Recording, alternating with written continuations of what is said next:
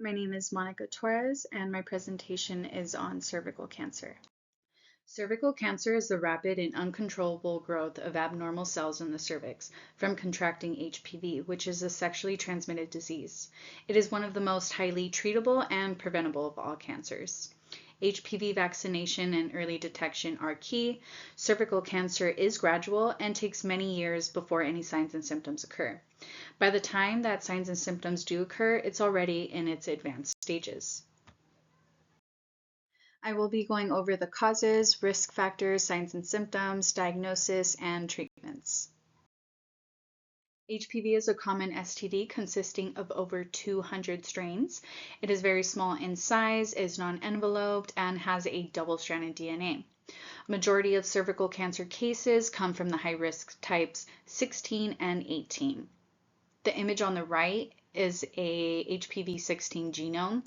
In early genes, E6 and E7 are responsible for causing the cancer. Essentially, E6 inactivates a tumor suppressor protein called P53, which leads to uncontrolled cell division and invasion of apoptosis. E7 inactivates a different tumor suppressor protein called retinoblastoma, also referred to as PRB, leading to cell cycle dysregulation and furthering the progression of cancer. In late genes, L1, which is the major capsid protein, makes up the outer shell of the virus. L2, minor capsid protein, this helps infect new cells. And lastly, URR. It is the promoter and enhancer elements that control early gene activity and is a place where viral replication originates from. Steps of infection begin with viral entry during sexual activity. Once HPV enters the body, it makes its way through tiny cuts and openings to reach the bottom of the squamous epithelium layer. It then attaches to this basal cell right here. After it attaches to it, it injects its viral DNA to disrupt the normal functions of the cell. Then viral replication takes place, and persistent infection of this infected basal cell right here, it can lead to cell death, and eventually the cell will burst open, releasing all the tiny particles of the virus known as virions, further progressing the spread of cancer. Some risk factors include having unprotected sex, multiple sexual partners, being sexually active at a very young age, smoking, having a weakened immune system, history of STIs, oral contraceptive use, and DES exposure during pregnancy. Now, there are two genetic mutations that can lead to cervical cancer, but in these cases, it's very rare. For instance, there is Dicer-1 syndrome, which is a mutation of the Dicer-1 gene located on chromosome 14. This can cause uncontrolled cell growth and cell division, and this mutation is autosomal dominant. Next is the Peutz-Jeghers syndrome, which is a mutation of the STK11 gene located on chromosome 19. This leads to abnormal cell growth and is also autosomal dominant. Keep in mind that these two genetic mutations can cause cervical cancer, but only if it occurs in the cervix. The cervix is part of the female reproductive system. It is small and narrow in structure, and as we can see here, it is located between the uterus and vagina, connecting the two organs. The cervix serves many functions, like allowing sperm to enter for fertilization.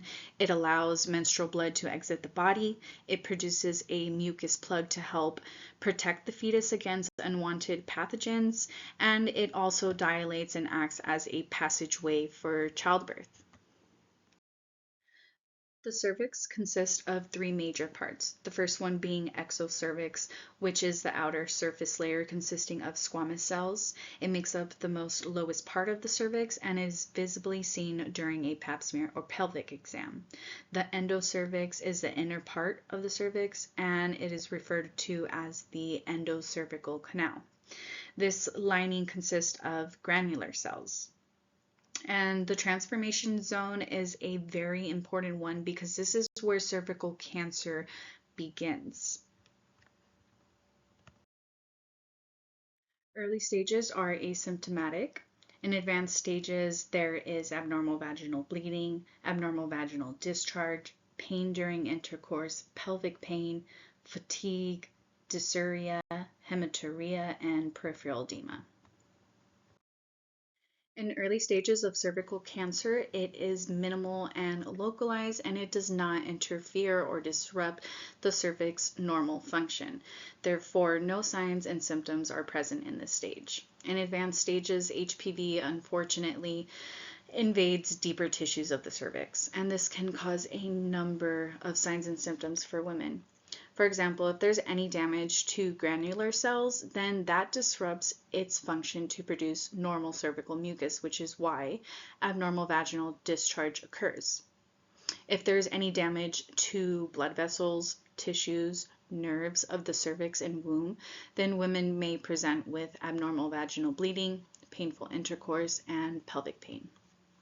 Dysuria and hematuria become present when HPV has metastasized to the bladder. Leg swelling occurs when HPV has altered the normal drainage system of groin lymph nodes. If diagnosed early, the 5-year survival rate is 91%. If the cancer has spread to any distant parts of the body, then the 5-year survival rate drops down to 19%. Long-term consequences, if left untreated, can cause spreading to nearby tissues and organs, worsening or increased signs and symptoms, decreased survival rate, and death. Women over the age of 30 are at risk for developing cervical cancer. Each year in the US, about 11,000 new cases of cervical cancer are diagnosed, and about 4,000 women die of this year. Cervical cancer is the fourth most common type of cancer that affects women globally. In low-income areas, women do not have access to HPV vaccinations, pap smears, or even access to treatments, making up majority of the cervical cancer cases. HPV vaccinations are given in 2 doses starting at age 11. Condoms can help decrease the risk of transmission. And for screenings, we have pap smears, which are done once a year starting at age 20. This involves scraping the cervix for a cell collection. The sample is then examined under a light microscope with the help of AI in detecting any abnormalities of the cell. HPV tests are done during a pap smear exam. It involves scraping the cervix as well. The sample is then examined under a microscope to look for HPV DNA to confirm the HPV diagnosis. Treatment options include surgery, which is invasive removal of the cancer. There are different surgeries that are performed depending on the location of the cancer. For example, there is cold knife conization, sentinel lymph node biopsy, and different types of hysterectomies. Chemotherapy, which kills cancer cells by administering chemotherapy drugs intravenously, and then there is radiation, which is done in combination with chemotherapy. Radiation consists of internal and external radiation. It helps kill cancer cells by using high energy X-rays. Cervical cancer is highly curable when detected in early stages. In advanced stages, it is less likely for the individual to be cured. HPV vaccinations, HPV tests, and pap smears are crucial in early detection and prevention.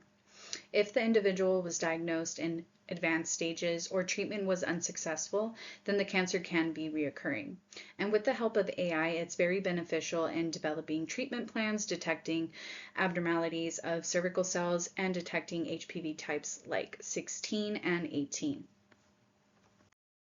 I would like to close out my PowerPoint by wishing the women a happy Cervical Health Awareness Month. Thank you.